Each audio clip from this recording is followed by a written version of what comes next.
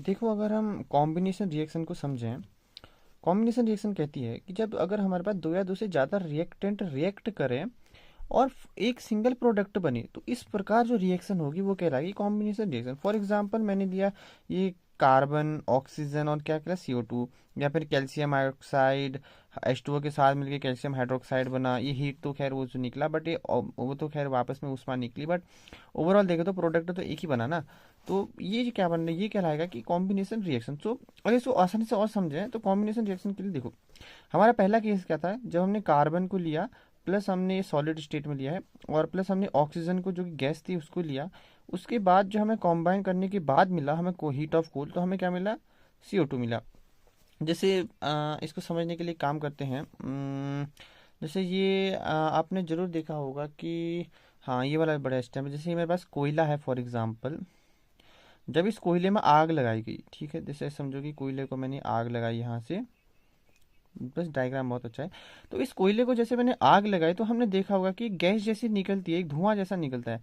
तो ये जो धुआं निकला ये CO2 है। तो मतलब मैंने क्या कहा कि मेरे पास एक कार्बन था, कार्बन को मैंने ऑक्सीजन के साथ रिएक्ट कराया और ऑक्सीजन के साथ मैंने लिया, उन दोनों के मिक्स से मेरे को क्या मिला, CO2। तो वही मेरे ओवरऑल कहने का मतलब है कि जब हमारे पास दो से ज़्यादा रिएक्टेंट है ना, मेरे पास पहला रिएक्टेंट कैल्शियम कार्बन हो गया, दूसरा मेरे पास ऑक्सीजन हो जाएगा, इससे जो बना ये क्या कहलाएगा, सिंगल प्रोडक्ट बना। दूसरा एग्जाम्पल हमने जैसे चूना लिया, तो अब हमने चूने को जब हम पानी में मिलाते हैं तो देखा होगा कि जैसे हमारे पास जब हम घर में लगाते हैं चूना, तो हमने देखा होगा कि ये बाल्टी में जैसे हमारे पास ये पानी है, इसके अंदर हमने CO2 को मिलाया, ठीक है। जैसे हमने ये CO2 को मान लो कि सॉरी CO2 बोल रहा हूँ, कैल्शियम ऑक्साइड को मैंने इसके अंदर से ऐसे अंदर डाल दिया।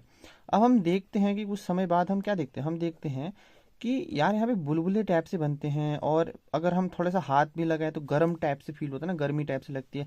तो ये क्या है, ये हमें हीट तो मिली ही मिली, साथ में हमें जो प्रोडक्ट क्या मिला, हमें मिला CaOH2, यानी कि हमें कैल्शियम हाइड्रोक्साइड मिला।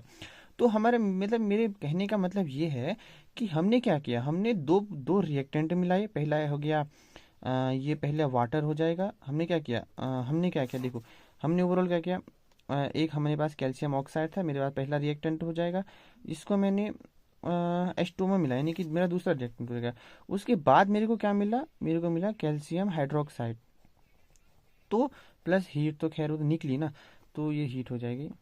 तो मेरे कहने का ओवरऑल मतलब है कि जब हमने एक प्रोडक्ट के दो प्रोडक्ट लिया और उन दोनों के मिलाने के बाद एक नया प्रोडक्ट जो जो दो रिएक्टेंट को मिलाने के बाद एक प्रोडक्ट बना, तो वो कहलाएगा कॉम्बिनेशन। मतलब कि हमने दो या दो से ज़्यादा प्रोडक्ट को मिलाने के बाद यानी रिएक्ट करने के बाद अगर एक प्रोडक्ट बन रहा है, तो वो कहलाएगा कॉम्बिनेशन। हमने डेफिनेशन देखो, जब टू और मोर रिएक्टेंट रिएक्ट करते हैं, ठीक हो जाएगा, और एक सिंगल प्रोडक्ट बनता है, फॉर्म एक सिंगल प्रोडक्ट है, तो इस प्रकार की जो रिएक्शन कहलाती है वो कॉम्बिनेशन रिएक्शन कहलाती है।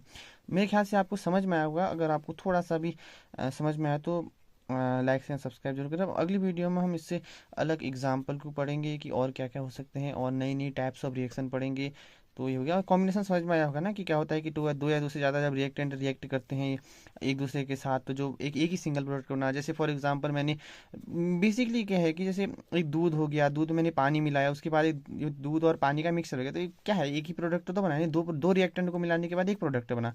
वही जो जब दो रिएक्टेंट को एक साथ मिला रहे हैं तो क्या बनता है, एक ही प्रोडक्ट बन रहा है, वो क्या कहलाएगा, combination reaction. Okay, I hope you understand. अगर आपको अच्छा लगा तो लाइक शेयर एंड सब्सक्राइब जरूर करें।